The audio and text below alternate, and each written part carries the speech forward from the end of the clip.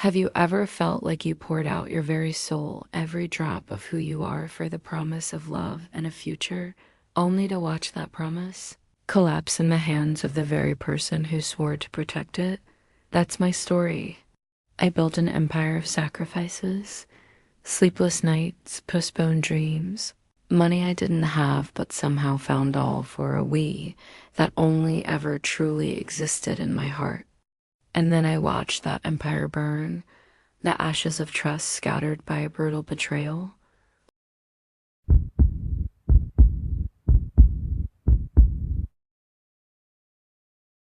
Love became the sharpest weapon. Humiliation, the echo that haunted me every waking moment.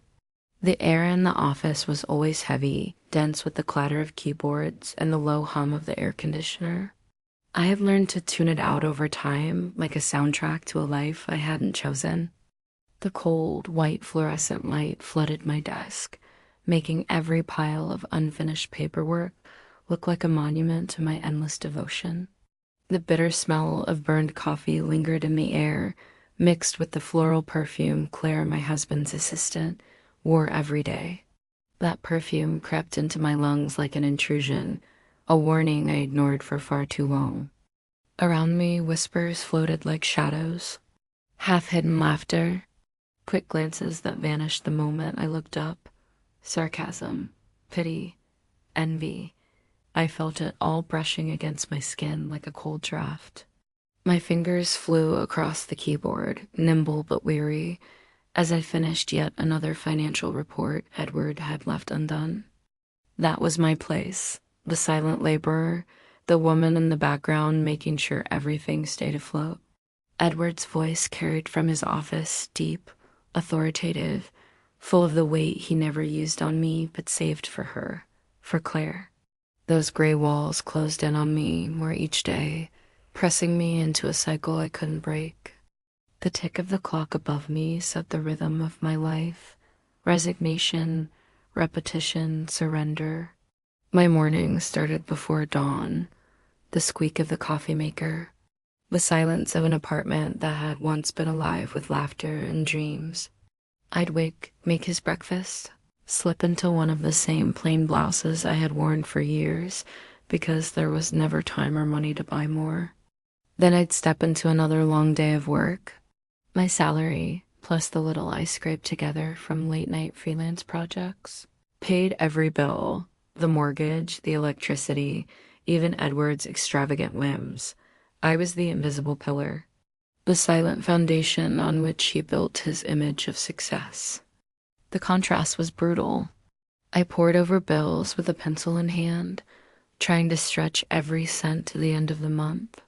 Meanwhile, Edward strutted in tailored suits and polished shoes, showing off expensive watches, flashing that wide, confident smile that cost him nothing. Once, I believed in the illusion, the promise of a shared future. But illusions fade, and what I was left with was a life of giving without receiving, of being the support without recognition. I wasn't a partner. I wasn't a wife. I was scaffolding. Invisible scaffolding holding up someone else's life. For a long time, I told myself that love required sacrifice, that one day Edward would see, that all my giving would be repaid in tenderness, in gratitude. But the truth is, he saw me. He just chose not to value me. The day everything cracked open started like any other.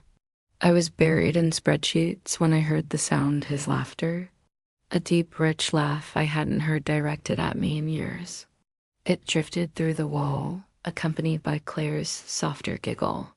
Their voices tangled together, intimate in a way that pierced me instantly. My pulse faltered. My breath caught. "Don't worry, Claire." Edward's voice was soft, tender in a way I had never heard directed at me. "Just focus on enjoying your birthday. You know, that business trip we're taking, it's going to be special. Very special." My chest tightened, a knot pressing against my lungs. Business trip? The lie was so blatant it nearly triggered a hysterical laugh. What came instead was a choked, guttural sound stuck in my throat. The conversation continued. Each word drove another splinter into my soul. Claire's laughter, a sweet, compliant giggle, carried the note of complicity I instantly recognized. Edward, you're so thoughtful. No one's ever cared for me like this. I could almost see Claire's smug smile as if it were painted in front of me. My fists clenched, nails digging into my palms as rage and grief mixed into something explosive. The genuine concern in Edward's voice, the overflowing affection he had always denied me but poured freely into his assistant. It was a blow that left me breathless, emptied of everything except a frozen fury. The final blow came with 3 words: honeymoon business trip. They echoed like a cruel joke. The honeymoon Edward had once promised me, back when I still believed in his words, had turned out to be a weekend in a roadside motel paid with my own savings. And now he was planning a luxury trip for Claire, dressed up as a work obligation. The image of the 2 of them laughing, whispering seared itself into my mind. The perfect scene of a betrayal I had long sensed but refused to face. The pain was so deep it went beyond tears. What replaced it was emptiness, a void where hope had once lived. I sat frozen at my desk, hands hovering over the keyboard, staring at numbers I could no longer see. A wave of cold spread through me, numbness, not rage. Not the hot anger of petty arguments. This was something different. A stillness, like ice sealing me shut. I didn't cry. Not then.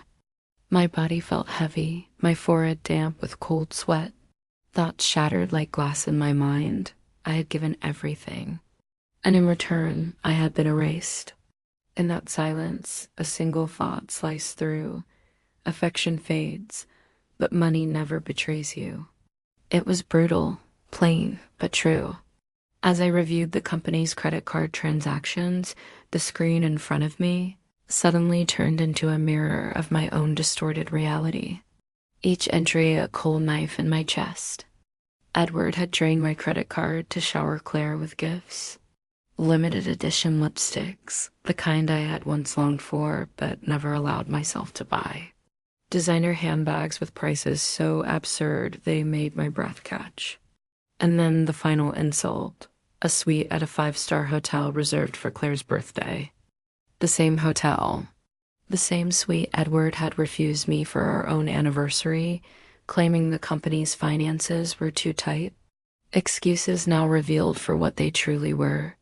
Hollow, shameless lies. And there it was, not once, not twice, several times. Presents, restaurants, nights out, all bought with my sacrifices. My money had bought my humiliation. And that card, the very symbol of my naivety, would now become my weapon. That evening, as I sat in my car, I pulled out my phone with hands that no longer trembled. I called the bank. Froze the card. It was a small act, but it was mine. A line drawn. My first step out of the shadows. The next morning, I walked into the office not as Edward's silent partner, but as a woman who had made a decision. I handed him my resignation. He laughed nervously. "Sweetheart, don't be ridiculous. You can't leave. The company needs you." I met his eyes, my voice calm, stripped of emotion. "My services are no longer required here. I've chosen a different future." The dignity in my tone silenced him. I gathered the few belongings that were mine, a pen my grandmother had given me, a photo of my parents, a small aloe plant that had survived on my desk as stubbornly as I had survived in that office. With each step out the door, I felt the weight lifting. The apartment was next, the one I had paid for, the one filled with his presence. I called a realtor, decided to sell, quick, efficient. Edward's rage when he found out only confirmed what I already knew. He saw the apartment as his possession, just as he had seen me. To a place where I can be myself, I told him when he demanded to know where I'd go. And for the first time in years, I'm in it. But the true reckoning came with the divorce. He never saw it coming. I had been quiet, careful, working with an attorney in secret. The prenuptial agreement he had once brushed off as a formality became my shield, my iron wall. The day the papers landed on his desk, his world cracked. "This is absurd. She can't do this. She has nothing." He shouted, but I did have something. I had my freedom, my dignity, and more than that, I had the law on my side. The final hearing played out like a slow unraveling of everything he thought he controlled. Edward sweating, Claire fidgeting beside him, their united front fracturing under the weight of reality. I walked in calm, serene, my dress simple, my gaze steady. No tears, no begging, just quiet strength. When the judge delivered the verdict, Edward erupted. "This is a mistake. She can't do this." I looked at him, truly looked at him, and spoke the words that had been waiting in me for years. "I had everything, Edward, and you destroyed it. Now you have nothing because you never valued what truly mattered." I didn't shout. I didn't need to. My voice cut sharper than any blade. The gavel fell. Divorce granted. Edward's empire collapsed in the months that followed. Bankruptcy. Isolation. The very walls he had built on my sacrifice crumbled around him. Claire's sweetness soured, her loyalty evaporating as the money dried up. And me, I stepped into a new life. No big house. No luxury. Just peace. My new apartment was modest, but it was mine. I filled it with lavender, light, and silence that didn't hurt. I read books without interruption. I slept without fear. And then one evening an email arrived, a job offer. Double the salary. Real benefits, respect, success, I learned, wasn't about titles or appearances. Success was autonomy. Some months later, in a quiet cafe, I laughed again. Not the polite, careful laugh I had perfected during my marriage, but a genuine, unguarded laugh. The man sitting across from me brushed my hand, his touch warm, respectful. His eyes held no hunger for control, only devotion. We spoke of the future, a honeymoon, real plans built on honesty. For the first time in years, I believed in love again. Not the illusion I had clung to with Edward, but something simple, something real. True love, I whispered, my voice steady, is priceless. And yes, even with my scars, I still believe in it, because my scars are no longer marks of weakness. They are proof that I survived, proof that I rose. I am Margaret. I was betrayed, and I was reborn. Like a phoenix, I walked away from the ashes-free, radiant, and unbreakable. If this story stirred your heart, don't forget to like, subscribe, and hit the bell so you never miss a dose of love dopamine. I'll keep bringing you more tales of passion, heartbreak, and redemption crafted for the ones who still believe in love. And if you stayed until the very end, thank you. You're the kind of soul who believes in love, even when it hurts. Love harder, dream deeper, until the next heartbeat.